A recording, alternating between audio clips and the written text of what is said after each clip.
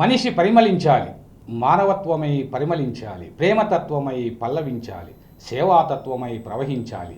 Mahatma గాంధీల, mother తెరీసాల, అన్నా హజారేలా అన్నాడు ఓ కవి. అలాంటి మహామనుషులు, మహానుభావులు ఈ రోజుల్లోనూ ఉన్నారు, ఇక్కడే ఉన్నారు, మన మధ్య ఉన్నారు. అలాంటి మానవత్వం పరిమళించే మంచి మనిషి, ప్రేమతత్వం పల్లవించే కరుణామూర్తి, సేవాతత్వమై ప్రవహిస్తున్నటువంటి ఒక చైతన్య ప్రవాహం గౌరవనీయులు జస్టిస్ చంద్రకుమార్ గారు. ఆయన ఒక కవిగా, ఒక సంఘ సేవకులుగా ఎన్నో పుస్తకాలు రాశారు, ఎన్నో సేవలు చేశారు. ఇక ఒక న్యాయమూర్తిగా అందరికీ తెలుసు, సంచలనమైనటువంటి తీర్పులు ఇచ్చి భారతదేశంలోనే ఒక గొప్ప న్యాయమూర్తిగా కీర్తి గడించినటువంటి మహోన్నత మానవతామూర్తి. ఆ మహానుభావుడు రాసినటువంటి కవిత్వము అక్షరాక్షరంలో చైతన్య జ్వాలగా మారినటువంటి కవిత్వం రాసినటువంటి గొప్ప కవి జస్టిస్ చంద్రకుమార్ గారు. ఆయన కూడు లేని నిరుపేదలు, గూడు లేని నిర్భాగ్యులు, న్యాయం కోసం, ధర్మం కోసం న్యాయ దేవత త్రాసు వైపు నిరీక్షించి నీరసించిపోతున్నారు అంటూ జ్వలించే కవిత్వం రాసినటువంటి, చైతన్య స్ఫూర్తిదాయకమైన కవిత్వం రాసినటువంటి సుకవి జస్టిస్ చంద్రకుమార్ గారు. న్యాయమూర్తిగా ఆయన కొన్ని వేల లక్షల కుటుంబాలకు న్యాయం చేశారు. ఎన్నో సంచలనాత్మకమైన తీర్పులు చెప్పి, అంతేకాకుండా ఆయన ఎంతోమందికి న్యాయ సేవా సంఘం ద్వారా సహాయం చేసినటువంటి గొప్ప మానవతామూర్తి. అలాంటి గొప్ప మనిషి, మహామనీషి, కవి, సుకవి మన మధ్య ఉన్నారు. ఆయన హాంకాంగ్ దేశంలో తానా తరఫున ప్రపంచ మహాకవి సమ్మేళనంలో ముఖ్య అతిథిగా పాల్గొనబోతున్నటువంటి సందర్భంగా ఈరోజు మన యొక్క స్టూడియోకి విచ్చేశారు. జస్టిస్ చంద్రకుమార్తో ఈరోజు ముఖాముఖిని కొనసాగిద్దాం. నమస్కారం సార్. నమస్కారం. మీరు తానా వాళ్ళు నిర్వహిస్తున్నటువంటి ప్రపంచ మహాకవి సమ్మేళనంలో హాంకాంగ్ తరఫున మీరు ముఖ్య అతిథిగా వెళుతున్నారు. ఈ సందర్భంగా మీరు ఎలా ఫీల్ అవుతున్నారు తెలియజేయండి సార్. మొట్టమొదట ఈ మెట్రో ఛానల్ వారికి, మీకు నా వ్యక్తిగతంగా అభినందనలు, ధన్యవాదాలు. ఎందుకంటే తెలుగు ప్రేక్షకులతో మాట్లాడేటువంటి అవకాశాన్ని మీరు మాకు ఈ సందర్భంగా కల్పిస్తున్నారు. ఇంకో 2 రోజుల్లో మనకు ఉగాది రాబోతోంది, నూతన సంవత్సరాది. ఆ సందర్భంగా తెలుగు వాళ్ళందరికీ, ఉభయ రాష్ట్రాల్లో ఉన్న తెలుగు వాళ్లకు, తెలుగు కవులకు, తానా వారికి, అదేవిధంగా హాంకాంగ్లో ఉండేటటువంటి తెలుగు వాళ్ళకి, వాళ్ళందరికీ కూడా అడ్వాన్స్గా ఉగాది శుభాకాంక్షలు తెలియజేస్తున్నాం.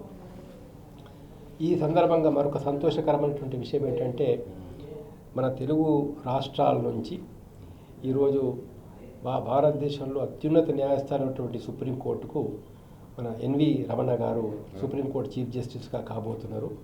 అంటే నాకు సంతోషకరమైన విషయం ఏంటంటే, ఆయన తెలుగు భాష పట్ల ఆయనకున్నటువంటి అభిమానం, అదేవిధంగా పేదల జీవితాల్లో పేదలకు న్యాయం అందాలనేటువంటి విషయంలో కూడా ఆయన చాలా స్పష్టంగా తన అభిప్రాయాలు తెలియజేయడం అనేది జరిగింది అన్నట్టు. సో ఈ సందర్భంగా తెలుగు వారందరికీ కూడా సంతోషదాయకమైన విషయం. మరి ఈరోజు తానా వాళ్ళు ఏదైతే కార్యక్రమం నిర్వహిస్తున్నారో, ఉత్తర అమెరికా తెలుగు సంఘం వాళ్ళు, ఇది నా దృష్టిలో చాలా మహోన్నతమైనటువంటి కార్యక్రమం. ఎందుకు మహోన్నతమైన కార్యక్రమం అంటే, మనం కవి సమ్మేళనాలు చూసినాం, అష్టావధానాలు చూసినాం, శతావధానాలు చూసినాం, లేకపోతే ప్రపంచ తెలుగు మహాసభల్ని కూడా చూడడం అనేది జరిగింది. కానీ అక్కడ కూడా నేను గమనించిన మేరకు, నేను స్వయంగా అందులో పాల్గొన్నాను. కానీ ప్రపంచంలో ఉండేటటువంటి అన్ని దేశాలు ఉండేటువంటి కవులకు అక్కడ కూడా అవకాశం అనేది రాలేదు. కానీ ఫస్ట్ టైం ఇవాళ మనం చూస్తున్నాం, దాదాపు 21 దేశాల్లో 21 గంటల పాటు మన వాళ్ళైతుందో 21 సంఘాలను కలుపుకొని ఒక మహోన్నతమైనటువంటి కార్యక్రమం నిర్వహిస్తున్నారు. అంటే తెలుగు సాహిత్యంతో పరిచయం ఉన్నటువంటి ప్రపంచంలో ఏ దేశంలో ఉన్న తెలుగు వాళ్ళైనా కూడా వాళ్ళందరినీ ఒక తాటి మీదకి ఇవాళ తానా వాళ్ళు తీసుకొస్తున్నారు. కాబట్టి ఇవాళ తానా వాళ్ళకు తప్పనిసరి మనం హృదయపూర్వకమైనటువంటి అభినందనలు తెలియజేయాలి, ధన్యవాదాలు కూడా మనం తెలియజేయాలి వాళ్ళకు. ముఖ్యంగా ఈ సందర్భంగా ఏంటంటే, తానా అధ్యక్షులు తాళ్ళూరి జయశేఖర్ గారికి, అదేవిధంగా సమన్వయకర్త చిగురుమల్ల శ్రీనివాస గారికి, నిర్వాహకులు డాక్టర్ ప్రసాద్ తోటకూర గారికి, వీళ్ళందరికీ కూడా నేను నా హృదయపూర్వక ధన్యవాదాలు తెలియజేస్తున్నాను. అదేవిధంగా ఏతుందో ఈ ముఖ్యంగా ఈ కార్యక్రమం లోపల మనం చెప్పుకోదగినటువంటి విషయం ఏంటంటే శ్రీమతి జియా పీసపాటి గారు అధ్యక్షులుగా ఉన్నారు. అదేవిధంగా మరొక విశిష్ట అతిథి కార్యక్రమంలో పాల్గొంటున్నారు కొలకలూరి మధుజ్యోతి గారు. మరి వాళ్ళందరూ కూడా చాలా గొప్పవాళ్ళు. వాళ్ళందరితో పాటు మనకు పాల్గొనే అవకాశం అనేది కలిగించినందుకు మరొకసారి వారికి నేను ధన్యవాదాలు తెలియజేస్తున్నాను. చాలా సంతోషం సార్, చాలా చక్కగా చెప్పారు. నిజమే మీరు అన్నట్టుగా తెలుగు సాహిత్యాన్ని ప్రపంచవ్యాప్తంగా 21 దేశాలు 21 గంటల పాటు మరి ప్రచారం చేయడానికి తానా వాళ్ళు మంచి కృషి చేస్తున్నారు. ఇందులో ఎంతోమంది కవులు పాల్గొనబోతున్నారు. మరి మీరు ముఖ్యంగా ఒక కవిగా అక్కడ ముఖ్య అతిథిగా ఉండడం మాకు అందరికి కూడా చాలా సంతోషదాయకము. సార్ ఈ సందర్భంగా మరి ఎంతోమంది యువత మీ గురించి తెలుసుకోవాలని చెప్పి చాలామంది ఎదురు చూస్తున్నారు. మరి మీ యొక్క జీవిత నేపథ్యం అంటే ఒక సామాన్యమైనటువంటి ఒక ఉపాధ్యాయుని కుటుంబంలో పుట్టి మీరు అంచెలంచెలుగా ఎదిగి న్యాయవాదిగా, తర్వాత మీరు న్యాయమూర్తిగా, ఇక అనేకమైనటువంటి కార్యక్రమం ఈ ఉన్నతమైనటువంటి స్థాయికి రావడానికి ఒక క్రమశిక్షణాయుతమైనటువంటి ఒక జీవితం మీకుంది, ఒక విలువలతో కూడినటువంటి జీవితం మీకుంది. మీ యొక్క జీవిత నేపథ్యాన్ని గురించి కాస్త వివరించండి సార్. ఒకటేంటంటే ప్రధానంగా నాకు స్ఫూర్తినిచ్చినటువంటిది మా అమ్మ నాన్న మొదటి నుంచి. సార్ దాని తర్వాత నాకు చదువు చెప్పినటువంటి ఉపాధ్యాయులు. ఎలా అంటే నాన్నగారు మొదటి నుంచి కూడా అంటే ఆయన ఒకప్పుడు మంచి స్థితివంతమైనటువంటి కుటుంబం నుంచి వచ్చిన తర్వాత కూడా ఆ వయసులో ఆయనకు అంటే మంచి ఆరోగ్యంగా ఉండి పెళ్లి చేసుకునేటటువంటి వయసు లోపల ఇక్కడ ఆ రోజుల్లో మాకు దాదాపు ఒక 100 ఎకరాల భూమి, ఆయనకు ఏమి ఇబ్బంది లేదు. కానీ అన్నీ వదిలిపెట్టి ఆయన దేశ స్వతంత్రం కోసం నేతాజీ సుభాష్ చంద్రబోసు స్థాపించినటువంటి ఆజాద్ హింద్ ఫౌజ్లో చేరాలని చెప్పేసి వెళ్ళిపోయినాడు. ఆ రోజుల్లో బ్రిటిష్ వాళ్ళకు వ్యతిరేకంగా పోరాటం, అది సాయుధ పోరాటంలో పాల్గొనడం అంటే ఇక తిరిగి ఇంటికి వస్తారనేటువంటి నమ్మకం ఎవరికి ఉండదు. అందులో వాళ్ళకు కూడా ప్రాణాల మీద ఆశ ఉండదు. అంటే ఆ రోజుల్లోనే ప్రాణాలను త్యాగం చేయడానికి సిద్ధమై ఆయన వెళ్ళిపోయినటువంటి వ్యక్తి. ఒకానొక సందర్భంగా ఏంటంటే ఆయనకు వచ్చినటువంటి పంపకంలో వచ్చినటువంటి భూమిని మొత్తం కూడా దున్నుకునేటటువంటి వాళ్ళకి ఇచ్చేసినటువంటి గొప్ప త్యాగమూర్తి ఆయన. నాకు 2 విషయాలు ఆయన జీవితంలో బ్రతికున్నంత కాలం ఆయన శత్రువులు కూడా ఎవరు లేరు ఆయనకు శత్రువులు. ఎవరైనా శత్రువులు ఉన్నా కూడా ఆయన నోటెంట అబద్ధం అనేది రాలేదు అని ఒప్పుకుంటారు. ఎక్కడనే కానీ ఏ సందర్భంగానే కానీ. అంటే ఒకనొక సందర్భంగా నేను ఇంట్లో ఉంటే పోలీసు వాళ్ళని అరెస్ట్ చేసుకోవడానికి వస్తే మీ అబ్బాయి ఇంట్లో ఉన్నాడని చెప్పేసి చెప్పినటువంటి వ్యక్తి ఆయన. అటువంటి అంటే విలువలు ఆయన విలువల కోసం ఎవరి దగ్గర కూడా ఒక రూపాయి కూడా ఆశించినటువంటి గొప్ప వ్యక్తి ఆయన. ఒకనొక సందర్భంగా మేమందరం అందరూ ఫ్రీడమ్ ఫైటర్స్ పెన్షన్ కోసం అప్లై చేస్తున్నారు. ఫ్రీడమ్ ఫైటర్గా ఉంటే ల్యాండ్ ఇస్తారు, ఒక 5 ఎకరాల భూమి ఇస్తారు ఉంటుందంటే ఎరా మేము ఆ రోజు పోరాడింది మాకేమన్నా ప్రతిఫలం ఆశించి పోరాడినామా? ఇవాళ మేము అది కోరుకుంటే ఆ రోజు మేము ప్రతిఫలం ఆశించి పోరాడడానికి ఎందుకు వస్తుంది? కాబట్టి నేను అడగను అని చెప్పేసి చాలా స్పష్టంగా చెప్పాడు ఆయన. ఆయన ఫ్రెండ్స్ అందరూ వచ్చి బలవంతం చేసినా కూడా నేను అడగను అని చెప్పి చెప్పాను. అంటే మీ నాన్నగారు విలువలతో జీవించారు, ఆయనే మీకు స్ఫూర్తిదాయకంగా అని అదొకటి. రెండవది ఏంటంటే అమ్మ ఏంటంటే అసలు అంతటి దయాగుణం మాకైతే ఇంకెక్కడ ప్రపంచంలో కనబడలేదు. మాకైతే కనబడలేదు ప్రపంచం లోపల. ఇప్పుడు పోతన గారు చెప్పినట్లు దయో సత్యము లోనుగా తలపవలని అంటే ఆ దయా సత్యము లోనుగా తలిచినటువంటి వాళ్ళు ఇద్దరు. మా కాలనీలో మా ఏరియాలో ఎక్కడ ఎవరింట్లో వంట చేసుకోకుండా, ఎవరింట్లో అనారోగ్యంగా ఉన్నా ఇక్కడ ఈమె తప్పించిపోయేది. మా అమ్మ వంట చేసి వాళ్ళకు ఎంతమంది ఉంటే అంతమందికి భోజనం పంపించేది. వాళ్ళ పిల్లలు ఏ ఒక్క పిల్లవాడు కూడా ఉపవాసం ఉండవద్దు అనేది ఆమె సిద్ధాంతం, ఆమె ఫిలాసఫీ. అట్లా ఏంటంటే మేము ఒక రకంగా ఒకానొక దశలో ఒక మామూలు మధ్యతరగతి కుటుంబం నుంచి వచ్చినప్పటికీ కూడా ప్రతిరోజు అన్నదానం బియ్యము పప్పుతో సహా అన్నిటితో సహా ఇంటికి ఎంతమంది వస్తే అంతమందికి ఆమె భోజనాలు పెట్టేదాన్ని. మేము ఉద్యమాలలో ఉన్నప్పుడు గ్రామాల్లో తిరిగేటప్పుడు రాత్రి 11, 12 కూడా వచ్చేవాళ్ళం. 10-12 మంది కూడా వచ్చేవాళ్ళం. 12 మంది వచ్చినా కూడా నాయన మీరు ఒక 10 నిమిషాలు వెయిట్ చేయండి అని చెప్పేసి ఆమె స్వయంగా వెళ్ళి అందరికీ వంట ప్రిపేర్ చేసేది. మరీ ఇంకా ఎక్కువ మంది ఉంటే బియ్యం పప్పు ఇచ్చేసి ఆమె కూడా అక్కడ కూర్చోండి అందరం కలిసి వండుకుందామనేటటువంటి విధంగా చేసేది. కానీ ఉపవాసం పడుకోవడం, ఆకలితో పడుకోవడం ఇంట్లో ఎవరు కూడా అనేదానికి ఆమె వ్యతిరేకమైంది. అట్లా ఏంటంటే వీళ్ళు మొదటి నుంచి ఒక స్ఫూర్తిని మాకు ఇవ్వడం అనేది జరిగింది. అంతేకాకుండా ఒక జాలి, కరుణ, ప్రేమ, సమాజ సేవ, ప్రజలను ప్రేమించే తత్వం, ఇవన్నీ కూడా తల్లిదండ్రుల ద్వారా మీకు వచ్చాయని చెప్పి మేము అనుకుంటున్నాం సార్. ఎందుకంటే ఈరోజు కూడా మీలో కూడా అలాంటి గుణాలే ఉన్నాయి. అందరినీ ప్రేమించాలి, అందరూ కలిసి ఉండాలి, అట్లా ఒక న్యాయం కోసం మీరు జీవితాంతం కూడా పోరాటం చేశారు సార్. తర్వాత సార్ ఇప్పుడు మీరు చిన్న వయసులోనే అంటే యువకునిగా ఉన్నప్పుడు విద్యార్థి దశలోనే మీరు చాలా ఒక న్యాయం కోసం పోరాటం చేసి ఒక విద్యార్థి ఉద్యమాలు కూడా నిర్వహించారు. ప్రజా సేవ కోసం అప్పుడు న్యాయవాదిగా ఉన్నప్పుడు కూడా చాలామందికి ఉచితంగా న్యాయం చేశారని మేము వింటున్నాము. మరి మీ యొక్క విద్యార్థి దశ గురించి, యువకునికి మీరు చేసిన సేవల గురించి కొన్ని అనుభవాలు చెప్పండి. ఒకటేంటంటే స్పందించడం అనేటటువంటిది నాకు మొదటి నుంచి నా శరీర తత్వంలోనే వచ్చింది అనుకోవచ్చు. ఆ విధంగా ఏంటంటే ఒకరోజు మేము ఏదో పల్లెటూరు నుంచి వస్తూ ఉంటే అక్కడ చూసాం దారిలో ఫారెస్ట్ అధికారులు ఆదివాసీ మహిళల్ని కర్రలతో కొడుతున్నారు. నేను వెళ్ళి ఏంటి ఇలా కొడుతున్నా, ఇంత అన్యాయం ఏంటి అని చెప్పేసి చెప్తే, సరే వీళ్ళు అడవిల నుంచి కర్రలు తీసుకొస్తున్నారు. చూస్తే అవి ఎండిపోయిన కర్రలు, కట్టెల మోపులు. మా ఏరియాలో అప్పుడు ఏంటంటే పొయ్యిల కట్టెలు అమ్ముకునేటటువంటి వాళ్ళు 2 రూపాయలు 3 రూపాయలకు అమ్ముకుంటారు అంత పెద్ద కట్టెల మోపు దినమంతా పనిచేస్తే. అలాంటి వాళ్ళు స్మగ్లర్స్ అని చెప్పేసి వీళ్ళు కొట్టడం అనేటువంటిది మాకు చాలా అన్యాయం అనిపించింది. నేను అప్పుడు ఏంటో డిగ్రీ ఫస్ట్ ఇయర్ కూడా చదువుతున్నాను. మీరెవరు మాట్లాడడానికి అని చెప్పేసి వాళ్ళు మాతో గొడవ. సరే ఇలా కాదని చెప్పేసి అప్పుడు ఏంటంటే చుట్టూ ఒక 20 గ్రామాలకు వెళ్ళి ఆదివాసీలందరూ కూడా తీసుకొని కలెక్టర్ గారి దగ్గరికి వెళ్ళారు. ఇప్పుడు కూడా ఉన్నారు మహానుభావులు ఆర్కేఆర్ గుణెల గారు, మా జిల్లా కలెక్టర్. అప్పుడు ఆయన వెంటనే స్పందించి ఆ గవర్నమెంట్ చీఫ్ని తీసుకొచ్చేసి ఆయన స్పెషల్గా ఆర్డర్ ఇచ్చారు. అడవిలో ఉండే ఆదివాసీలు పొయ్యిల కట్టెలు, తేనె ఇలాంటివి తీసుకొస్తే ఫారెస్ట్ అధికారులు వాళ్ళని ఆపకూడదు, నిర్బంధించకూడదు అని చెప్పేసి బ్రహ్మాండమైన సర్కులర్ ఆయన ఇవ్వడం అనేది జరిగింది. అట్లా ఏంటంటే అప్పటి నుంచి ఒక హాస్టల్లో విద్యార్థులకు సరిగా భోజనం దొరకకపోయినా, లేకపోతే అక్కడ చిన్న చిన్న ఫెసిలిటీస్ వాళ్ళకి లేకపోయినా, స్కాలర్షిప్ టైంకు రాకపోయినా, ఈ రకరకాల ఇష్యూస్ మీద మేము ఉద్యమాలు చేసేది.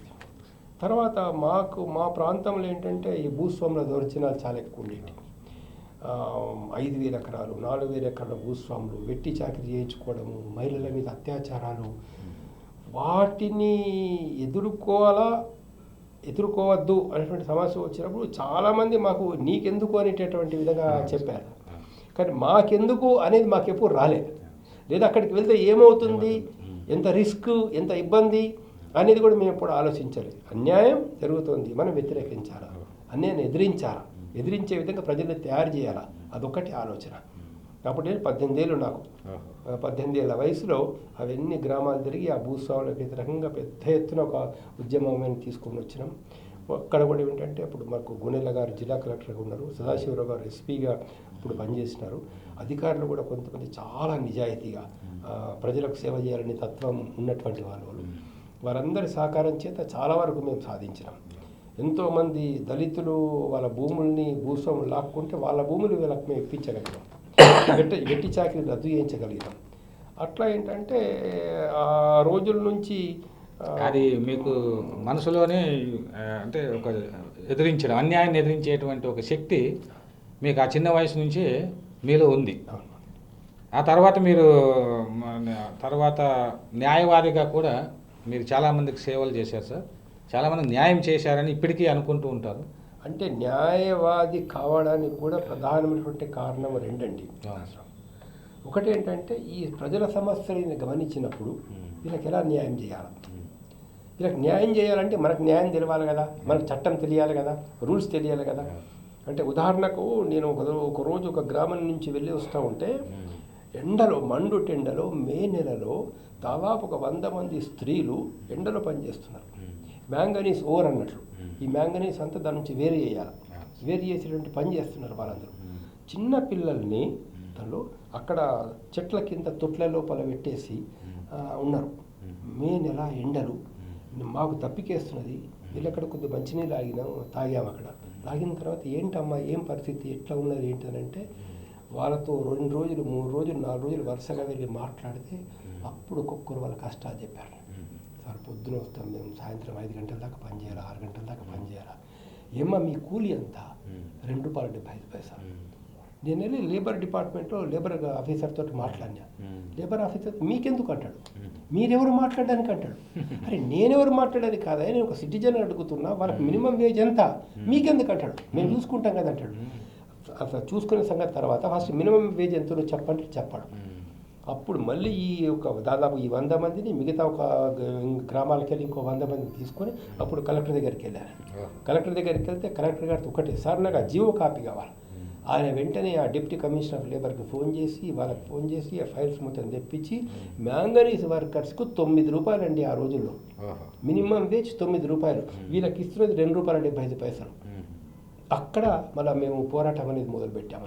వాళ్ళకి న్యాయం చేయాలంటే సినిమా వర్కర్స్, షాప్స్లలో పనిచేసే వాళ్ళు, సీసీఐలో పనిచేసే వాళ్ళు, గుమస్తా వాళ్ళు, ఎక్కడ పనిచేసే ఉద్యోగికి ఒక రక్షణ లేదు. ఉద్యోగి ఏంటంటే ఈ రోజు కూడా ఏంటంటే ఈ సంఘాలన్నీ చాలా బలహీనపడిపోయిన తర్వాత ఒక దగ్గర పనిచేసే ఎంప్లాయీకి 2 సంవత్సరాలు పనిచేసిన తర్వాత కూడా 3 సంవత్సరాలు పనిచేసిన తర్వాత ఉద్యోగ రక్షణ లేదు, తనకి గ్యారంటీ లేదు. చట్టం చెప్తున్నది ఇవ్వాలని చెప్పేసి, కానీ లేదు అక్కడ. కాబట్టి అవన్నీ వాళ్ళ సమస్యలు తీసుకొని పనిచేయడం అనేది జరిగింది. ఇక్కడ మరొక ముఖ్యమైనటువంటి విషయం ఏంటంటే నాకు నా ఉపాధ్యాయులు, నా లెక్చరర్స్, టీచర్స్ బాగా తోడ్పడ్డారు, చాలా తోడ్పడ్డారు. ఎలా తోడ్పడ్డారంటే నాది మ్యాథ్స్ సబ్జెక్ట్ ఎంపీసీ. నాకు ఎంపీసీ తీసుకుంటే ఫ్యూచర్ ఉంటుంది అనేటువంటి విధంగా అందరం ఫ్రెండ్స్ ఇంట్రెస్ట్ అప్పుడు మ్యాథ్స్ తీసుకున్నాం. కానీ నేను ఈ గ్రామాలకు పోవడము, హాస్టళ్ళకు పోవడము, సమస్యల మీద పనిచేయడంతో కాలేజీకి రెగ్యులర్గా వెళ్ళేవాడిని కాదు. ఉపన్యాసాల పోటీలో పాల్గొనేవాడిని, వ్యాసరచన పోటీలో పాల్గొనేవాడిని. అప్పుడు మా లెక్చరర్స్ అందరూ కూడా నాతో డిస్కస్ చేసి, ముఖ్యంగా పరమేశ్వరరావు గారు లెక్చరర్ ఇప్పుడు మా ఇంటికి వచ్చాడు. ఆయన మా ఇంటికి వచ్చి మా ఇంటితో మాట్లాడుతూ, నేను అబ్జర్వ్ చేస్తున్నా, నీ ఉపన్యాసాలు నేను వింటున్నా, నీ వ్యాసాలు నేను చదువుతున్నా, నువ్వు గొప్ప లాయర్ అవుతావు, ఒక గొప్ప జడ్జి అవుతావు, నువ్వు గొప్ప పార్లమెంటేరియన్ అవుతావు నువ్వు. కానీ నువ్వు ఎప్పటికి కూడా ఈ ఆఫీసర్స్ వద్దు దీని లోపల, కాబట్టి నీకు మ్యాథ్స్ వద్దు, ఎంపీసీ వద్దు, నువ్వు ఎంపీసీలో నువ్వు షేన్ కాలేవు, ఆర్ట్స్ తీసుకో అని చెప్పాడు. ఆ రోజుల్లోనే మీ యొక్క భవిష్యత్తుని ఆయన ఊహించాడు. అది తర్వాత కాలం నిజమైంది. తను చాలా ఆశ్చర్యకరం. అప్పుడు మా దగ్గర వహీదుద్దీన్ సిద్దికీ అని ఒక గొప్ప కమ్యూనిస్ట్ నాయకుడు ఉంటే, నేను అప్పుడు ఎంత 9th క్లాస్ 10th క్లాస్ చదువుతున్నాను. ఒకరోజు ఇట్లా రోడ్ ఎంబడి వెళ్తూ ఉంటే నేను మా నాన్నగారు వెళ్తున్నాం, ఆయన వచ్చాడు. మా నాన్నగారు ఒక 5 నిమిషాలు మాట్లాడుకుంటూ ఉంటే మా నాన్నగారు నన్ను చూపించి, వీడు మా అబ్బాయి అని చెప్పాడు. ఆయన ఒక మాట అన్నాడు, వాడు మీ అబ్బాయి కావచ్చు కానీ మా ఫ్యూచర్ అన్నాడు, మా భవిష్యత్తు అన్నాడు, పేద ప్రజల భవిష్యత్తు అతడు. ఆయన చెప్పినటువంటి మాట. అట్లా ఏంటంటే నేను చదువుకున్నాను అంటే అక్కడ కూడా ఇంకోటి ఏంటంటే చదువుకునేటప్పుడు ఒకటండి, నాన్నగారికి ఇబ్బంది అవుతుందని, లేదా మా ఆర్థిక పరిస్థితి బాగలేదు, ఆయన ఇంకా కష్టపడతాడు అనే ఉద్దేశంతో నా చదువు కావాల్సినటువంటి ఒక మొత్తం ఖర్చు డబ్బులంతా నేనే సంపాదించాను. ఫారెస్ట్ ఆఫీసులో కవి సమ్మేళనం పెడతా ఉంటే వాళ్ళు ఒక్కొక్క కవికి ₹100 ఇస్తున్నారు. నేనన్నా ఒక్కొక్క కవితకి ఇస్తారా చెప్పండి అన్న. లేదు సార్, ఒక కవి ఎన్ని కవితలు చదివినా ₹100 ఇస్తామన్నారు. రైటా తప్పరా తెలియదు కానీ ఆ రోజు నేను చేసింది మట్టుకు ఒక 5-6 కవితలు రాసి 5 ఫ్రెండ్స్ని తీసుకెళ్ళి ఒక్కొక్కరి చేత ఒక్కొక్క కవిత చదివించాను. అందులో అంటే ఇప్పుడు కవిత్వం రాయడం అప్పటి నుంచే మీరు ప్రారంభించారు? అవునండి. అప్పుడు అంటే హై స్కూల్ కాలేజీలో ఉన్నప్పటి నుంచే అప్పుడు రాసినవి దాదాపు నేను ఏ పెద్ద ప్రిజర్వ్ చేయలేదు ఎప్పుడు కూడా. మళ్ళీ మీతో పరిచయం ఏర్పడిన తర్వాతనే, మీరు చూసిన తర్వాతనే ఏంటి సార్ ప్రింట్ చేయాలని చెప్పేసి మీరు చెప్తేనే ఇది ఇప్పుడు నా కలంలో ఇంకా అయిపోయింది. ఇది చాలా అద్భుతమైనటువంటి పుస్తకము. అంటే మొట్టమొదట మన యొక్క తెలుగు రాష్ట్రాల్లో ఒక న్యాయమూర్తి అత్యున్నతమైన పదవిలో ఉన్నప్పుడు, హైకోర్టు న్యాయమూర్తిగా ఉన్నప్పుడు జస్టిస్ బి చంద్రకుమార్ సారు ఈ పుస్తకాన్ని రిలీజ్ చేయడం జరిగింది. నా కలంలో ఇంకా అయిపోయిందనే ఈ పుస్తకము డాక్టర్ సి నారాయణ రెడ్డి గారు ఆధ్వర్యంలో రవీంద్ర భారతిలో చాలా భారీ ఎత్తున రిలీజ్ చేయడం జరిగింది. ఈ నా కలంలో ఇంకా అయిపోయింది అనేటువంటి పుస్తకాన్ని ఉన్నటువంటి కవితల గురించి, పుస్తకం గురించి కాస్త కొద్దిగా తెలియజేయండి సార్. ఏం లేదండి, ఒక హృదయ స్పందన, నా జీవితం అనుభవంలో వచ్చినటువంటి కొన్ని విషయాలని మనం స్పందనని తప్పించి మరొకటి ఏం లేదు ఒక రకంగా చెప్పాలంటే. అంటే ఇందులో ఉదాహరణకు ఈ పుస్తకంలో చాలా ఫైర్గా అంటే ఎవరిని కూడా కేర్ చేయకుండా రాశారు సార్. ఒకటి ఏంటంటే ఫర్ ఎగ్జాంపుల్ ఇప్పుడు నా కలంలో ఇంకైపోయిందనే దానిలో ఫస్ట్ కవిత, నా కలంలో ఇంకైపోయింది. అప్పుల లెక్కలు చేసి చేసి, వడ్డీల లెక్కలు రాసి రాసి, వడ్డీ మీద వడ్డీలు వేసి వేసి, మెదడు మొద్దుబారిపోయింది, నా కలంలో ఇంకైపోయింది. వచ్చే లెక్కలు పోయే లెక్కలు, పోయే లెక్కలు చూసి చూసి దిక్కుతోచక తల దిమ్మెక్కిపోయింది. ఛీ, ఎంతకాలం ఈ పాడు లెక్కలు, ఎప్పటికైనా తేలేవా చచ్చేవా. లెక్కల గొడవలు పక్కన పెట్టి లోకం వైపు చూశాను. ఎక్కడో ఆక్రందనలు, ఏడుపులు, పొడబొబ్బలు. కాలం గడుస్తున్నా కొద్దీ ఇంకా ఇంకా దగ్గరగా వినపడుతున్నాయి. కన్నీళ్ళను కాగితం మీద పెట్టాలనుకుంటే నా కలంలో ఇంకైపోయింది. కన్నీళ్లను కాగితం మీద పెట్టాలనుకుంటే నా కలంలో ఇంకైపోయింది. ఇంకైపోయిందని బాధ లేదు ఇప్పుడు, ఇంకైపోతే కన్నీళ్ళున్నాయిగా. కన్నీళ్ళు ఇంకిపోయిన ఇబ్బంది లేదు, రక్తం ఉందిగా నాలో. నా కళాన్ని కదిలించడానికి, కవ్వించడానికి, ముందు కురికించడానికి. చాలా అద్భుతం సార్, చాలా బాగుంది, చాలా బాగుంది. అంటే ఇన్ షార్ట్గా చెప్పాలంటే అందరికీ సమస్యలు ఉంటాయి. ముఖ్యంగా మధ్యతరగతి వాళ్ళకు, మనలాంటి వాళ్ళకు, ఇంకా మనకంటే కింది వాళ్ళకు ఎన్నో సమస్యలు. ఈ ఆర్థిక చిక్కుల నుంచి మనం వ్యక్తిగతంగా బయటపడే సమస్య లేదు నా దృష్టిలో. కానీ నేను చెప్పేది ఏంటంటే మన సమస్యని నువ్వు పక్కన పెట్టు. ఇంకా లోకంలో ఎన్ని బాధలు ఉన్నాయి, ఎన్ని కష్టాలు ఉన్నాయి, ఎన్ని దుఃఖాలు ఉన్నాయి, ఎంతమంది నిరుద్యోగంతో బాధపడుతున్నారు, ఎంతమంది తిండి లేక చచ్చిపోతున్నారు, ఆకలితో చచ్చిపోయేటటువంటి వాళ్ళు ఎంతమంది ఉన్నారు, ఆత్మహత్యలు చేసుకునే వాళ్ళు ఎంతమంది ఉన్నారు, ఎంతమంది అబలల మీద, స్త్రీల మీద వాళ్ళు రోడ్డు మీదకి వచ్చేసి వాళ్ళ కుటుంబాలు అధ్వానంగా తయారవుతున్నటువంటి పరిస్థితులు. మరి వాళ్ళకి మనం ఎట్లా న్యాయం చేయాలా, వాళ్ళ జీవితం ఎట్లా బాగుపరచాలా. కాబట్టి అటువైపు నీ దృష్టిని మరలించు అని కవులకు మనం చెప్పడానికి కవితే చాలా బాగుంది. అందుకని ఏంటంటే ఇట్లా చాలా విషయాల లోపల ఇప్పుడు సెకండ్ కవితలో ఒక విషయం చెప్పారు. అంటే జీవితం ఫిలాసాఫికల్గా ఎట్లా ఉండాలంటేటువంటిది. గతంలోని గంతల్ని వెతకడం ఎందుకు, భవిష్యత్తును గూర్చి భయపడడం ఎందుకు, ఒకటి మాత్రకు వాస్తవం, ఈ క్షణమన్నది నిజం, ఆస్వాదించు అతి మధురం, అదే జీవిత సత్యం. చాలా బాగుంది. 5 నిమిషాలు మనం బాధపడుతూ కూర్చున్నాం అనుకోండి, ఈ 5 నిమిషాల టైం వేస్ట్ అయినట్లే. లేదా భవిష్యత్తు గురించి ఒక 2 నిమిషాలు బాగా టెన్షన్ పడుతున్నాం అనుకోండి, ఈ 2 నిమిషాలు జీవితంలో వేస్ట్ అయిపోయినట్లే. గతం వందలు తవ్వద్దు అందులో. రేపటి రోజు భవిష్యత్తు అదే వస్తుంది, దాని గురించి ఇబ్బంది ఏం లేదు. ఇప్పుడు నిజం, దీన్ని నువ్వు అనుభవించు, దీన్ని ఆస్వాదించు, ఇందులో చేయాల్సినటువంటి పని చెయ్యు. చాలా బాగున్నా సార్. ఇంకా ఇప్పుడు మీ తర్వాత మీరు నీవు మాకు ఆదర్శం అని ఇంకో కవితా సంపుటి కూడా రాశారు కదా సార్? అవును. ఇక్కడ ఏంటంటే మనకు ఇందులోనే ఏది నా కలంలో ఇంకైపోయింది అనేటటువంటి దాంట్లోనే 2-3 చాలా అద్భుతంగా ఏంటంటే సామాజిక చైతన్యం కలిగించేటువంటి కవితలు చాలా ఉన్నాయి. ఇప్పుడు ఫర్ ఎగ్జాంపుల్ కులమత భేదాల గురించి నేను రాసినటువంటిది, దాన్ని సీడీ కూడా చేశారు, చక్కటి పాట వచ్చింది. చల్లని వెలుగునిచ్చే చందమామదే కులం, చీకట్లను తరిమేసే సూర్యుడిదే కులం, సొగసైన ప్రకృతి సోయగాలదే కులం, ప్రవహించే నదుల అందాలదే కులం.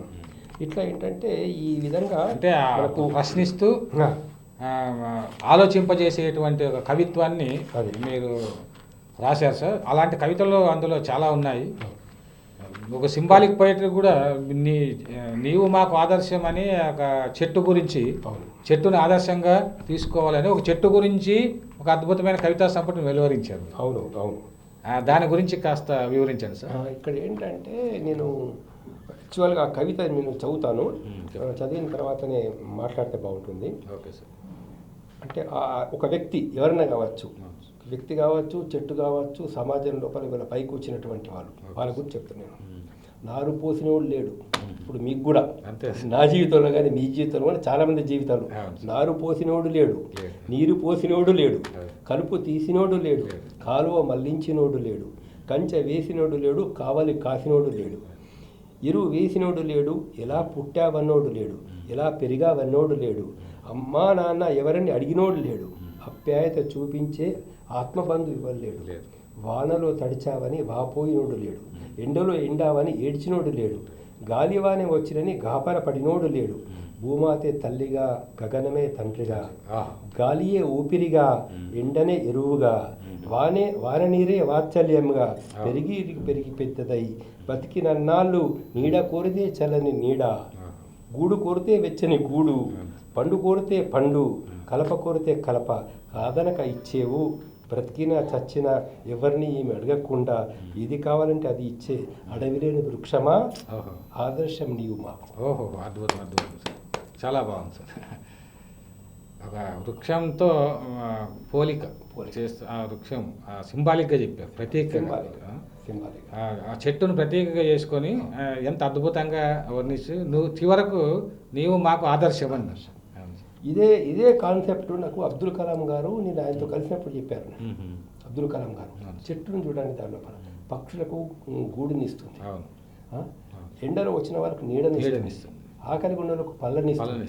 అది ఓల్డ్ అయిపోయిన తర్వాత, ముసలిది అయిపోయిన తర్వాత కలప కూడా మనం ఉపయోగించుకుంటాం. అట్లా మనిషి జీవితం అనేటటువంటిది నలుగురు ఉపయోగపడాలి, 10 మందికి ఉపయోగపడాలి అనేటువంటి ఒక కాన్సెప్ట్.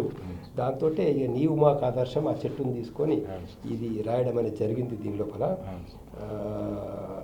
ఇది ప్రధానంగా మనం సమాజంలో అనేకమైన సమాజంలో ఉన్నటువంటి అనేక సమస్యలను మీరు సింబాలిక్గాను చెప్పారు, అదేవిధంగా సందేశాత్మకంగాను చెప్పారు సార్.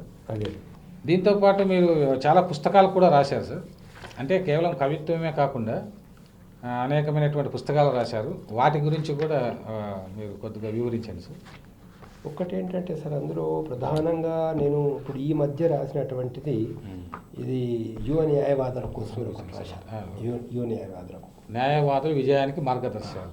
అంటే కొత్తగా ఎవరైతే న్యాయవాదులు వస్తున్నారో, యంగ్ అడ్వకేట్స్ వస్తున్నారో, యాక్చువల్గా ప్రాక్టికల్గా వాళ్ళకి తగినటువంటి గైడెన్స్ దొరుకుతలేదు ఒకటి.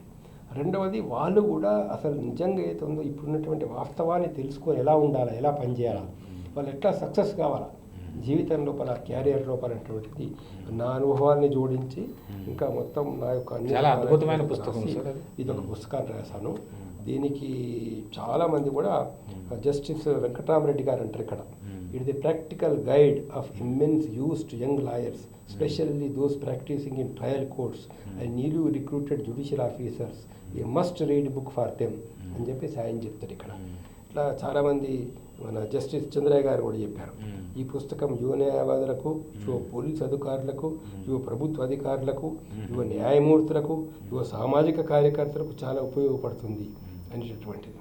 జస్టిస్ పిఎస్ నారాయణ గారు చెప్తారు, నా 7 జీవిత కాలంలో ఎన్నో ఉపయోగకరమైన చిన్న చిన్న పుస్తకాలు చదవడం, చూడడం జరిగింది.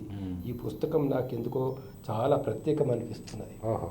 ఏంటంటే వీళ్ళందరూ కూడా జస్టిస్ వెంకటేశ్వర రెడ్డి గారు, జస్టిస్ యతిరాజులు గారు, జస్టిస్ వామన్ రావు గారు, అందరూ కూడా మహానుభావులు, చాలా గొప్ప న్యాయమూర్తులు. వాళ్ళు ముందు మాటలతో ఈ పుస్తకం వచ్చింది. అవునండి, వాళ్ళందరూ చాలా చాలా మంచి, అంటే చాలా మంది న్యాయవాదులకు, యువ న్యాయవాదులకు ఉపయోగపడే పుస్తకం. ఉపయోగపడేటువంటి పుస్తకం. తర్వాత మీరు ఉన్నత లక్ష్యము ప్రగతికి మార్గం అని ఇది ముఖ్యంగా ఏంటంటే విద్యార్థులు, యువకులు అంటే ఎన్నో సమస్యలు ఎదుర్కొన్నప్పుడు జీవితంలో నిరాశ నిస్పృహలకు గురైపోవడం, ఇక మేము సక్సెస్ కాలేము అని అనుకోవడం, ఆత్మహత్యలు చేసుకోవడం, ఇంటర్లో ఫెయిల్ అయితే ఆత్మహత్య చేసుకోవడం, మ్యారేజ్ అంటే ఇబ్బందులు ఏర్పడితే భార్యాభర్తలు విడిపోతే ఆత్మహత్యలు చేసుకోవడం, ఇలాంటి ఎన్నో మనం చూస్తున్నాం సమాజం లోపల. అలాంటి ఏంటంటే లేదు, మీరు యువత, మీరు అలాంటి ఒక ఆలోచనలు చేయవద్దు, జీవితం చాలా పెద్దది, చాలా విలువైనటువంటి జీవితం, దాన్ని మనం స్ట్రగుల్ చేసి సాధించాలా అనేటటువంటిది అన్ని చెప్తూ కొన్ని స్ఫూర్తిదాయకమైనటువంటి ఒక ఉపన్యాసాలు ఇందులో చెప్పడం అనేది జరిగింది. అదేవిధంగా కొన్ని సూచనలు కూడా, అంటే సమాజం గురించినటువంటి కొన్ని సూచనలు కూడా ఇందులో పరిచయడం అనేది జరిగింది ఈ పుస్తకంలో. తర్వాత ఇంకో పుస్తకం ఏంటంటే ఇది మంచి మార్పు కోసం, సమాజంలో మంచి మార్పు రావాలి. అంటే విద్య ఎట్లా ఉండాలి, వైద్యం ఎట్లా ఉండాలి. ఇవాళ విద్య వ్యాపారం అయిపోయింది, వైద్యం వ్యాపారం అయిపోయింది, రాజకీయాలు వ్యాపారం అయిపోయినాయి, ప్రతిదీ వ్యాపారం అయిపోయింది. ప్రతిదీ వ్యాపారం, ఏది చేసినా లాభాల కోసమే చేయడం తప్పించి సమాజం కోసం, దేశం కోసం చేయడం చాలా తక్కువ అయిపోయింది.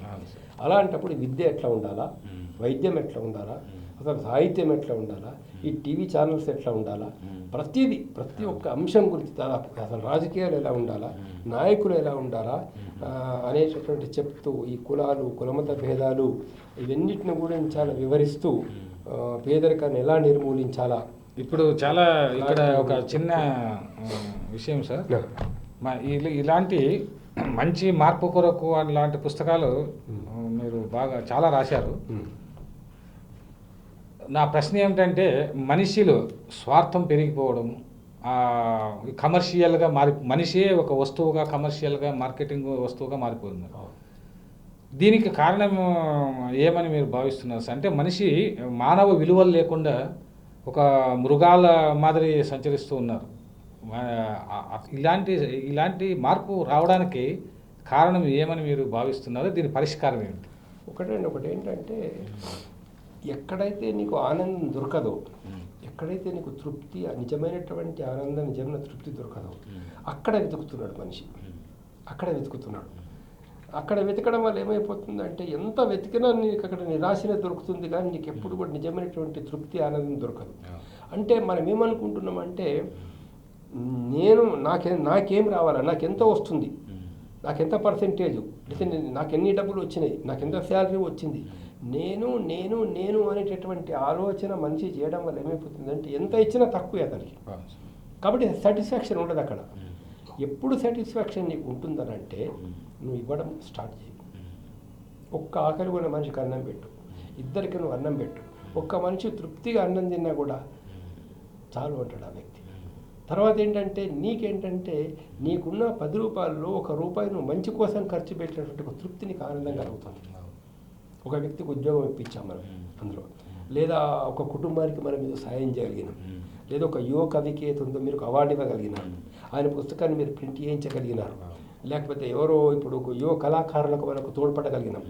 ఏదైనా కావచ్చండి, మన తానాగా వాళ్ళు చేస్తున్నది, మిగతా వాళ్ళు చేస్తున్నటువంటిది. ఇవాళ చాలా అత్యంత దుర్భరంగా ఉండి మెడిసిన్స్ కూడా కొనుక్కోలేక ప్రాణం పోయే పరిస్థితులు ఉన్న కుటుంబానికి ఒక 10,000 ఇస్తే ఆ కుటుంబం బతుకుతుంది అనుకోండి, ఆయన ప్రాణం కాపాడతామనుకోండి. మీరు ఇవ్వగలరు, మీ దగ్గర కోట్లు ఉన్నాయి, ఒక 10,000 ఇచ్చి ఆ కుటుంబాన్ని మీరు కాపాడారనుకోండి, దట్ సాటిస్ఫాక్షన్. అక్కడ నిజమైన ఆనందం ఉంది. నిజమైన ఆనందం ఎక్కడ ఉంది అంటే ఇవ్వడంలోనే ఉంది. షిరిడి సాయిబాబా దగ్గర కోటీశ్వరులు వచ్చారు. ఇక్కడ షిరిడి సాయిబాబా అంటే ఒకటి జ్ఞాపకం వచ్చింది సార్. ఇప్పుడు ఆ రోజుల్లో సంఘ సంస్కర్తలు, మళ్ళీ ఆ రోజుల్లోనే ఇప్పుడు వీరబ్రహ్మేంద్ర స్వామి కావచ్చు, ఆనాటి గురువులు కూడా, అదేవిధంగా మహాత్మా పూలేను ఆయన గొప్ప సంఘ సంస్కారం, సాంఘిక విప్లవకారులు. షిరిడి సాయిబాబా, మహాత్మా పూలే, వీరబ్రహ్మేంద్ర స్వామి, వీరంతా సాంఘిక విప్లవకారులు అని చెప్పేసి పుస్తకాలు కూడా చాలా వచ్చాయి.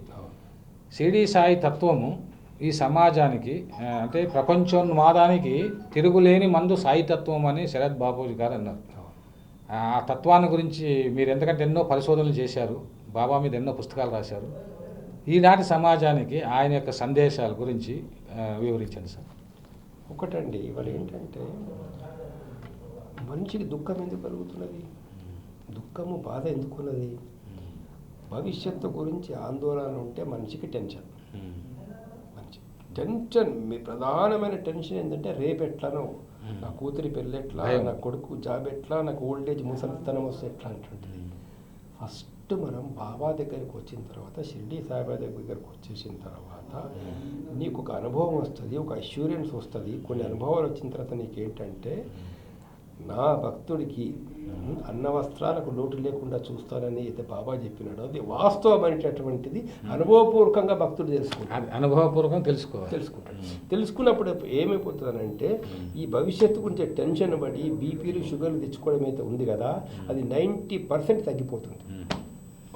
ఒకటి తర్వాత ఏంటంటే, మనం బాబా దగ్గరికి వచ్చేసిన తర్వాత మనం మన ప్రజ్ఞ, మన తెలివితేటలు, మన ప్రయత్నాలు, మన ఇవన్నీ వీటికి తోడు అంటే దైవానుగ్రహం ఎలా ఉంటుంది, బాబా అనుగ్రహం నీకు ఎట్లా వస్తుంది, ఈ ప్రపంచం మొత్తాన్ని ఎవరు నడుపుతున్నారు, ఎలా నడుపుతున్నారు, ఎవరికి ఏ టైంలో ఏది ఇవ్వాలా, ఎట్లా ఇవ్వాలంటటువంటి దాన్ని నువ్వు అనుభవపూర్వకంగా నేను కాదు చేసేటటువంటిది, నాకు రక్షణ ఉంది, ఆ రక్షణలో నేను బతుకుతున్నాను, కాబట్టి నేను నిశ్చింతగా ఉండవచ్చు అనేటువంటి ఒక నమ్మకం కలుగుతుంది. ఆయన కుల మతాలకు అతీతంగా సాయిబాబా గారు అందరినీ ప్రేమించే తత్వాన్ని, ప్రేమతత్వము, సేవాతత్వం నేర్పించారు సార్. ఆయన భావాలను మీరు కూడా సాధ్యమైనంత వరకు ముందుకు తీసుకొని వెళ్తున్నారు. మరి ఈ క్రమంలో ఈ నేటి సమాజంకు ఒక పోరాట శక్తి క్రమక్రమంగా యువతలో నశించిపోతుంది, విద్యార్థులను నశించిపోతుంది. ఈ పార్టీలు సంఘాలు అన్నీ ఎట్టు ఉన్నా కూడా మానవత్వంతో మీరు సేవలు చేస్తున్నారు.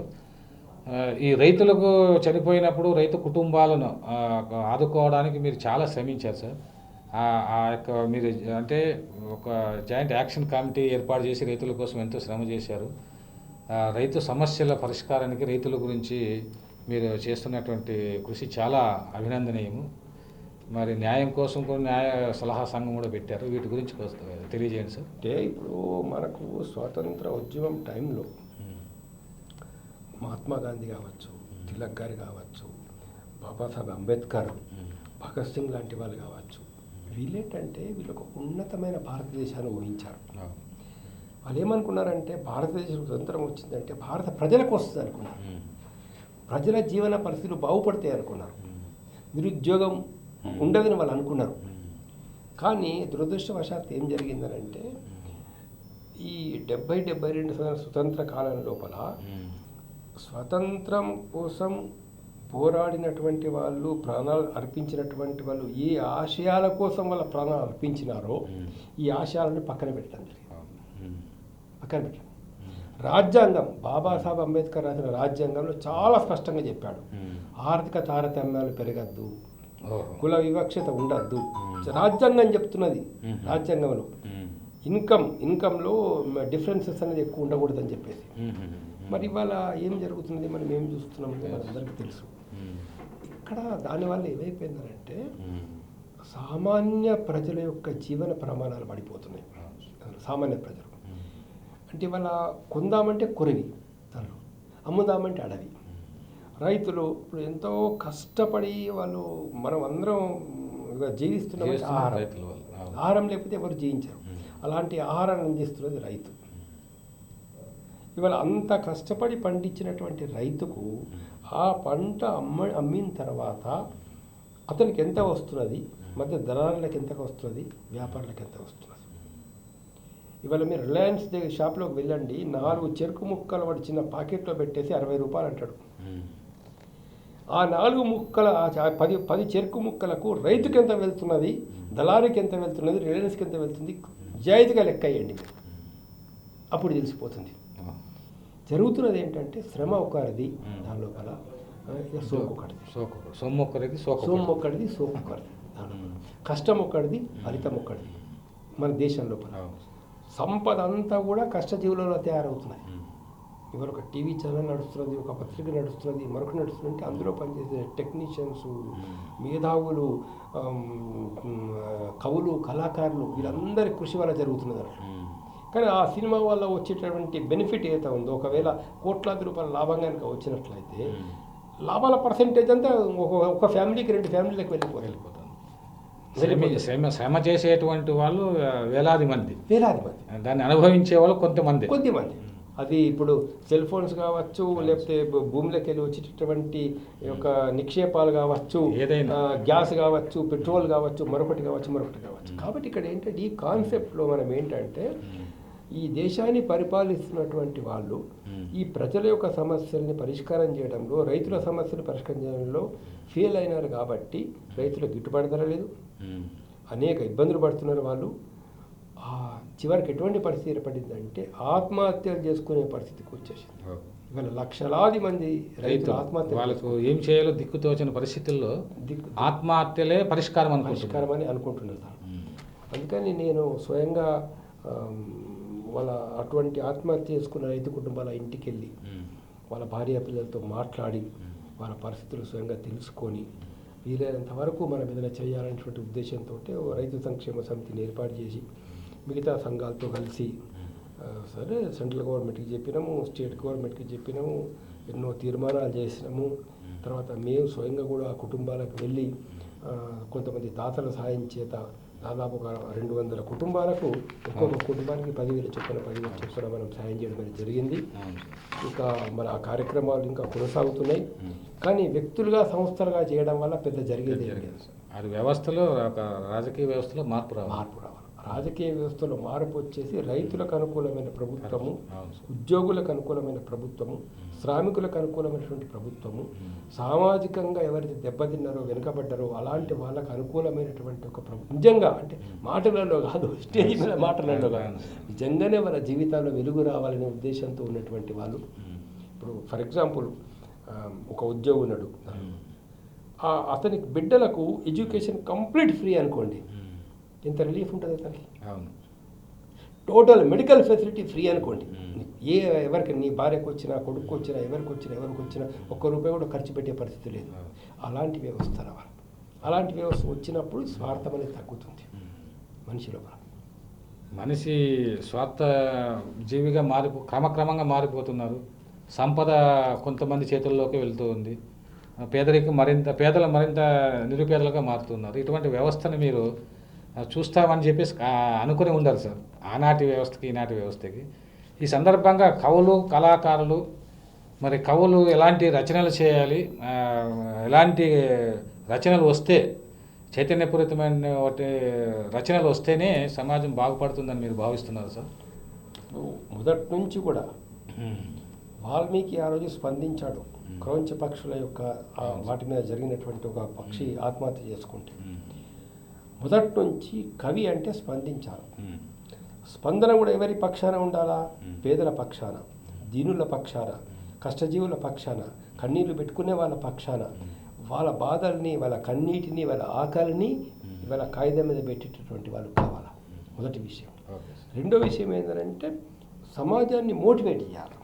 ఇప్పుడు ప్రపంచ దేశాలలో ఎక్కడ మార్పులు వచ్చినా, ఇవాళ చైనాలో విప్లవం వచ్చినా, రష్యాలో విప్లవం వచ్చినా, క్యూబాలో విప్లవం వచ్చినా, వియత్నాంలో వచ్చినా, అనేక దేశాల్లో సామాజికంగా ఆర్థికంగా మార్పులు వచ్చినాయంటే కవుల యొక్క పాత్ర చాలా ఉంది. ఒక్క మార్క్సింగ్ గోరికి రాసినటువంటి అమ్మ నవల లక్షలాది మందిని ఇవాళ ప్రభావితులు చేసింది. ఇవాళ టాల్స్టాయ్ రచనలు తను ప్రపంచం లోపల పెద్ద ఎత్తున మార్పు తీసుకొచ్చినాయి. మన స్వతంత్ర ఉద్యమ కాలం లోపల ఇప్పుడు తెలంగాణ సాయుధ పోరాటం జరిగేటప్పుడు మాలపల్లి కావచ్చు, మా భూమి కావచ్చు, మరొకటి కావచ్చు రచయితలు వాళ్ళు రాసిన పాటలు, ఇప్పుడు బండి గట్టి 16 బండ్లు గట్టి ఏ బండి వస్తూ కొడుకోని రాము సర్కారోడా, ఒక ఊపు స్పందన, ప్రజల స్పందన బాగా వచ్చింది. ఇప్పుడు తెలుగు వీర లేవర ఇప్పుడు రాశాడు శ్రీసి అంటే అందులో ఒక ఉత్తేజం, అలాంటి ఉత్తేజన కలిగించే వాళ్ళని దేనికోసము? న్యాయం కోసం, ధర్మం కోసం, మంచి కోసం, దేశం కోసం, సమాజం కోసం, అన్యాయాలకు వ్యతిరేకంగా, అక్రమాలకు వ్యతిరేకంగా ఒక మంచి మార్పు రావాలని, ప్రజల కళ్ళలో ఆనందం చూడాలని, ఒక సమాజం రావాలని, వివక్షత లేని సమాజం రావాలా. మనం కోరుకునేది వివక్షత లేనిటువంటి సమాజం. ఇదేంటండి ఇక్కడ అంటే మేము చాలా బాధాకరమైనటువంటి విషయం ఏంటంటే రామాయణాన్ని ఈ మధ్య మొత్తంగా చదువుతూ ఉంటే రామాయణంలో అరణ్యకాండం లోపల అయోధ్యకాండంలో భరతుడు వెళ్ళినప్పుడు రాముని తిరిగి రమ్మంటాడు. భరతుడు అంగీకరించాడు. భరతుడు అంగీకరించకపోతే అప్పుడు ఆయన ఎవరో వచ్చి రాముడికి చెప్తాడు, పేరు మర్చిపోయాను నేను, అంటే భగవంతుని నమ్మనటువంటి ఇది ఆయన హేతువాది వచ్చి చెప్తాడు. హేతువాది అని చెప్తే రాముడి చేత ఏమని అనిపిస్తాడంటే మీ సిద్ధాంతం అంతా తప్పు, బుద్ధుడు ఒక దొంగ అనేది అక్కడ ఉంది. నేను రామాయణ కాలంలో బుద్ధుడు ఎక్కడ ఉన్నాడు? నేను వెంటనే తీశాను. రాముడు ఎప్పుడు, బుద్ధుడు ఎప్పుడు? బుద్ధుడు పుట్టిన డేట్ ఉంది, బుద్ధుడు నిర్వ్యానం వదిన డేట్ ఉంది. కరెక్ట్గా 2500 మనకు 500 సంవత్సరాలు అంటే క్రీస్తు పూర్వము ఎప్పుడు బుద్ధుడు పుట్టాడు, ఎంతకాలం ఉన్నాడు, ఎప్పుడు ఆయన సమాధి చెందాడు అనేది అంత వివరంగా. బుద్ధుడి కంటే రామాయణం అనేటటువంటిది చరిత్ర ప్రకారమే ఒక కనీసం ఒక 1500 సంవత్సరాల క్రితము, 2000 సంవత్సరాల క్రితం జరిగినటువంటి సంఘటన. క్రీస్తుపురం 3000కు పైన జరిగినటువంటి ఒక సంఘటన.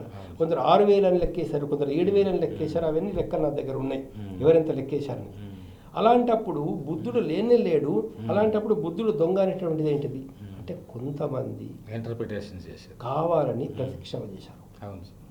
ఒక కులం యొక్క ప్రాధాన్యతను పెంచడం కోసం, లేదా తమ యొక్క కొందరు పూర్వపక్షం వేయడం కోసం సాహిత్యం మొత్తంలో వచ్చినటువంటి భారత సమాజం లోపల ఉన్నటువంటిది ఏంటంటే భారత సమాజం లోపల కింది వాళ్ళని పైకి తీసుకురావాలనేటువంటి ఉద్దేశం ఉన్న వాళ్ళు చాలా తక్కువ. కింది వాళ్ళు అనగదొక్కాలి అనేటటువంటి ఉద్దేశం ఉన్నటువంటి వాళ్ళు చాలా ఎక్కువ మనకు కనబడతారు. అందుకే శూద్రులకు చదువు వద్దన్నారు, విద్య వద్దు అని చెప్పినారు. అది దుర్మార్గం అండి. మహిళలకు విద్య వద్దు అని చెప్పినారు. మహిళలకు విద్య వద్దనేది, శూద్రుల విద్య ఇది వేదాల్లో లేదు, రామాయణంలో లేదు. వాల్మీకి స్వయంగా ఏది ఉందో పోయేవాడు. ఒక రకం చెప్పండి, వ్యాసుడు, ఇప్పుడు వశిష్ఠుడు తల్లి ఊర్వశి, అతని భార్య అయితే ఉందో అరుంధతి మాదిగా. వాళ్ళు ఆ కాలంలో వేదాల కాలంలో కానీ రామాయణ కాలంలో కానీ ఉపనిషత్తు కాలంలో లేదు. తర్వాత తీసుకొచ్చారు. తర్వాత శ్లోకాలని రామాయణంలో కలిపారు, కొన్ని శ్లోకాలు భారతంలో కలిపారు, కొన్ని భగవద్గీతలో కూడా కలిపారు శ్లోకాలు తిన్న చతుర్వర్ణం మయం సృష్టి అంటారు. కల్పించారు. ఏ భగవంతుడైనా మత గ్రంథంలో 4 వర్ణాలు నేనే సృష్టించిన ఎవరు చెప్పాలి. అందుకని వీటి నుంచి మనం అలాగా ఇప్పుడు ఈవెన్ ఇప్పుడు రామాయణం ఉందనుకోండి ఫర్ ఎగ్జాంపుల్, అందులో ఉండి చాలా గొప్ప విషయాలు ఉన్నాయి. ఏమని అంటలేం సార్, చాలా గొప్ప విషయాలు. ఎట్లా గొప్ప విషయాలు ఉన్నాయి?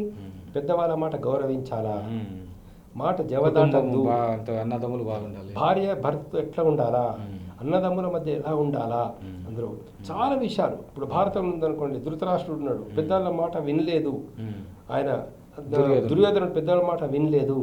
ఒక స్త్రీని ఎట్లా గౌరవించాలో గౌరవించలేదు, నిండు సభలో అవమానం చేసినారు. దానికి ఎటువంటి ఒక ప్రతిఫలం వల్ల అనుభవించారు. అవన్నీ మంచి విషయాలు, సమాజానికి మంచి సందేశాన్ని ఇచ్చేటువంటి సందేశం ఇచ్చేటువంటి విషయాలు కూడా ఉన్నాయి అందులో. ఇప్పుడు ప్రాచీన సాహిత్యమైన ఆధునిక సాహిత్యమైన అందులో ఉన్నటువంటి మంచి విషయాలు మనం అభినందించాలి, మంచి విషయాలు అభినందించాలి. కానీ సమాజానికి ద్రోహం చేసే విషయాలు ఖండించాలి. ఇప్పుడు రాముడు గుహుడి విషయంలో కులమత భేదాన్ని పాటించలేదు. శబరి దగ్గర ఎంగిలి యొక్క ఇవి తిన్నాడు, అక్కడ కులమత భేదం పాటించలేదు. ఎక్కడైతే ఆయన కులమత భేదాలు పాటించలేదు వాటిని చూపించు ఇవాళ. కానీ వాటిని పక్కన పెట్టి వక్రీకరించి కొంతమంది చేయడం అనేటటువంటిది ఇవాళ హిందూ మతంలో భారతదేశంలో అనైక్యతకు ప్రధానమైనటువంటి కారణము మనుషుల్ని కులాల పేరు మీద మతాల పేరు మీద చీల్చడం. షిరిడీ సాయిబాబా ఆ ఐక్యతను తీసుకొచ్చే కృషి చేశాడు. కబీర్ కానీ షిరిడీ సాయి కానీ బ్రహ్మం గారు కానీ చేసింది ఏంటంటే సమాజంలో ఐక్యత. మతం అంటే మతమౌఢ్యం కాదు అనేది చాలా స్పష్టంగా వాళ్ళు చెప్పారు. మతం అంటే మానవత్వం, మతం అంటే సమానత్వం అని వాళ్ళు. మతం అంటే మానసిక వికాసం. మతం అంటే నిజంగా నువ్వు ఒక రకమైన త్యాగం, ఒక రకం చెప్పాలండి. మతం అంటే వాటిని వాళ్ళు చాలా స్పష్టంగా చెప్పడం జరిగింది. ఇవాళ వాళ్ళ బోధనలే మనకు శరణం. అంటే సార్ మీరు చెప్పడం ఏంటంటే ఇప్పుడు ప్రాచీన సాహిత్యంలో చాలా బాగా మీరు విశ్లేషించారు. ఆ దృష్టితోనే ఇప్పుడు ఉన్నటువంటి కవులు రచయితలు ప్రాచీన సాహిత్యాన్ని ఆ దృష్టితో చదవాలి. అంటే అందులో ఉన్నటువంటి మంచిని గ్రహించాలి, చెడును నిర్భయంగా విమర్శించాలి. ఆ తర్వాత ఇప్పుడు సమాజానికి ఏమి కావాలో దానిని రాయాలి అని చెప్పేసి మీరు చాలా చక్కగా చెప్పారు సార్. ఇంకొక ప్రశ్న ఏమిటంటే ఈనాటి యువ కవులు రచయితలు చాలామంది ఫేస్బుక్లోను వాట్సాప్ల్లోనూ కవితలు రాస్తూ ఉన్నారు. మీరు అన్నట్టుగా సమాజంలో ఉన్నటువంటి ఆ సంక్షోభము, మానసిక ఒత్తిడి, దాటి గురించి వాటి నుంచి బయటపడడానికి కోసము రకరకాలైన కవితలు రాస్తున్నారు. మీరు అన్నట్టు శ్రీశ్రీమాధురి డ్రైవింగ్ ఫోర్స్ ఉన్నటువంటి కవితలు చాలామంది రాయడం లేదు. ఇప్పుడు మీరు రాసినటువంటి 2 నా కలంలో ఇంకా అయిపోయింది కానీ నీవు మాకు ఆదర్శము, ఇందులో చాలా అద్భుతమైనటువంటి సమాజ చైతన్యానికి సంబంధించినటువంటి కవితలు ఉన్నాయి. ఎలాంటి కవిత్వం రాస్తే, అంటే ఇప్పుడు ప్రపంచ మహాకవి సమ్మేళనకు వెళ్ళిపోతున్నారు కాబట్టి ఈ కవులకు మీరు కొన్ని సూచనలు చేసినట్టుగా ఉంటుంది. ఎలాంటి కవిత్వము, ఎలాంటి చైతన్యవంతమైనటువంటి కవిత్వం రాస్తే బాగుంటుందని మీరు భావిస్తున్నారు సార్? అంటే ఎప్పుడైనా కానీ ఒక వాస్తవాన్ని చెప్పడం ఒకటి, ఆదర్శాన్ని చూపించడం అనేది ఒకటి. ఆదర్శాన్ని చూపించాలి. ఎటువంటి ఆదర్శమైనటువంటి ఒక పాత్రల్ని మనం చిత్రీకరించడం ద్వారా అది ఒక ప్రభావం చూపిస్తుంది సమాజంలో. ఇప్పుడు కర్ణుని చూపించారు, ఒక కర్ణుడి పాత్ర ప్రభావం చూపిస్తుంది మన మీద. అట్లనే ఇవాళ ఇప్పుడు మొత్తం సాహిత్యం మొత్తంలో ఏ ప్రపంచంలో ఉన్నటువంటి ఏ సాహిత్యమైనా కావచ్చు, ప్రపంచం నుండి ఏ దేశాలలో ఉండేటువంటి ఇష్యూస్ కూడా కావచ్చు, స్పందన ఎట్లా ఉండాలి. మొన్న ఈ మధ్య ఒక పేపర్లో చూసాను, వాట్సాప్లో వచ్చింది. అది కూడా అమెరికాలో జరిగిన ఒక కేసు. అందులో ఒక ఒక 80-70 ఏళ్ళ ముసలామె బ్రెడ్ దొంగతనం చేసిందని ఆమె మీద కేసు పెడతారు. ఆమె వచ్చి జడ్జి గారు ఏమా దొంగతనం అవును సార్ నేను దొంగతనం చేశాను. జడ్జి అంతతో ఊరుకోకుండా ఎందుకమ్మా ఇలా చేయాల్సి వచ్చింది అంటాడు. అయ్యా ఇవాళ నా కూతురు ఒక్క ఆమె ఇంట్లో సంపాదించేది 8 రోజుల నుంచి మాకు ఆరోగ్యం సరిగ్గా లేక ఆమె పనికి వెళ్తలేదు. 3 రోజుల నుంచి నా మనమరాలకు తినడానికి ఏమీ లేదు. చాలా చిన్నపిల్లలు వాళ్ళ ఆకలితో ఉంటుంది, నేను తట్టుకోలేకపోయాను. మరి నా దగ్గర ఆ డబ్బులు లేవు, అందుకని చెప్పేసి నేను బ్రెడ్ దొంగతనం చేశాను. జడ్జి గారు ఏం చేశారంటే సరే నీకు 10 పౌండ్ల ఫైన్ ఇస్తున్నాను, అదేవిధంగా ఏదో కట్టకపోతే ఇంత జైలు శిక్ష అని చెప్పేసి చెప్తున్నాను. చెప్తే ఆ ముస్లాం అంటారు ఫైన్ కట్టే తాహతి నా దగ్గర ఉంటే నేను బ్రెడ్ ఎందుకు దొంగతనం చేస్తాను అని చెప్పేసి చెప్తుంది. 10 పౌండ్లు నేను కట్టలేను కానీ దయచేసి నన్ను జైలుకి పంపించండి అంట. కానీ నన్ను జైలుకి పంపుతారు కానీ ఇంట్లో పస్తులు ఉన్నటువంటి నా మనమరాళ్లకు మరి మీరేమైనా ఆలోచించండి అని అంటారు. అప్పుడు జడ్జి గారు వెనక వెళ్ళిపోతాడు. ఒక్క నిమిషం సైలెంట్ అయిపోతాడు. పర్స్ ఇస్తాడు, 10 పౌండ్లు తీసేస్తాడు. నేను కడుతున్నా మీ ఫైన్ అంటాడు. కట్టేసి అంటాడు ఈ పరిస్థితి మీట్లో ఉండడానికి మనందరం కారణం, సమాజం కారణం కాబట్టి మీరందరూ తలా 10 పౌండ్లు ఇవ్వండి అని చెప్పేసి కోర్టులో ఉన్న వాళ్ళందరికీ చెప్తారు. ఆ మొత్తం 200 పౌండ్లు 300 పౌండ్లు తయారు చేసి వాళ్ళ మనమరాలకి వాళ్ళ కుటుంబానికి ఇవ్వండి అని చెప్పేసి ఆయన చెప్పడం మీద జరుగుతుంది. ఒక స్పందన కవి అనేటటువంటి వ్యక్తి ఏంటంటే అసలు కన్నీళ్లు తెప్పించాలా, కవి అనేటువంటి వ్యక్తి కళ్ళు తెరిపించాలా, కవి అనేటువంటి వ్యక్తి ఒక వ్యక్తిని యువకుని ముందుకు ఉరికించాలా, నడిపించాలా. కవి అనేటువంటి వ్యక్తి దేశం కోసం ప్రాణత్యాగం చేయడానికి అనేటువంటి సైనికుని తయారు చేయాలా, అందులో ఒక నిజాయితీ పడిన పోలీస్ అధికారిని తయారు చేయాలా, ఒక గొప్ప ఐఏఎస్ ఆఫీసర్ను తయారు చేయాలి. కవి అనేటువంటి వ్యక్తి అసలు అందరినీ తయారు చేయగలిగినటువంటి యొక్క శక్తి సామర్థ్యము కవులకు ఉపాధ్యాయులకు ఉందండి. ఉపాధ్యాయులకు కవులకు ఉంది. ఈ సమాజంలో ఒక మంచి సమాజం రావాలంటే ఒక లాయర్ పనిచేస్తే అంతవరకే చేస్తాడు, డాక్టర్ పనిచేస్తే అంతవరకే చేస్తాడు, లేకపోతే ఎవరో ఒక డిపార్ట్మెంట్లో చేస్తే అంతవరకు చేస్తాడు. కానీ ఒక ఉపాధ్యాయుడు అండ్ ఒక కవి కనుక తలుచుకుంటే సమాజంలో అలాంటి వాళ్ళని వేలాది మందిని వందలాది మందిని వాళ్ళు తయారు చేస్తారు. అది చేసేటటువంటి ఒక కర్తవ్యం బాధ్యత వాళ్ళ కవుల మీద ఉంది. ఉంటాడు.